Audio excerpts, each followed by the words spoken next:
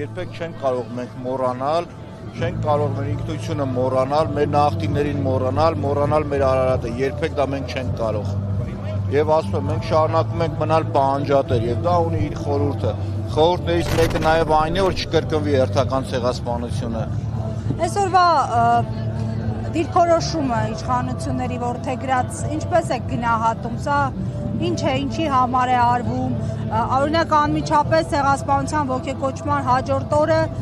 հրապարակում խորոված փարթիներով ինչ-որ քաղաքացու օր նշել։ Խիստ դատապարտելի է, ակնհայտ է, որ պրոթուրքական քաղաքականություն են իրանք տանում, ակնհայտ է, որ ծառայում են իրանք թուրքական իշխանությանը, եւ այս պարագայում ստեղ մենակ մի երկրի, Թուրքիայի շահերն է դա հետապնդում։ Առնվազն բարոյականության խնդրեմ կա, երբ որ դու ցեղասպանության հաջորդ օրը փորձում ես ինչ-որ խրախճանքի վերածել, հասկանում ես, որ քո բենդային զիբիլա չի աշխատում, միլիոնավոր դոլարներ ծախսում ես հարկատուների փողերից, որպեսզի բերես անհասկանալի փարթի անես կամ անհասկանալի աստղերին փող տաս։ Ում փողն ես տալիս։ Քաղաքացու քրտինքով վճարած հարկերի փողը։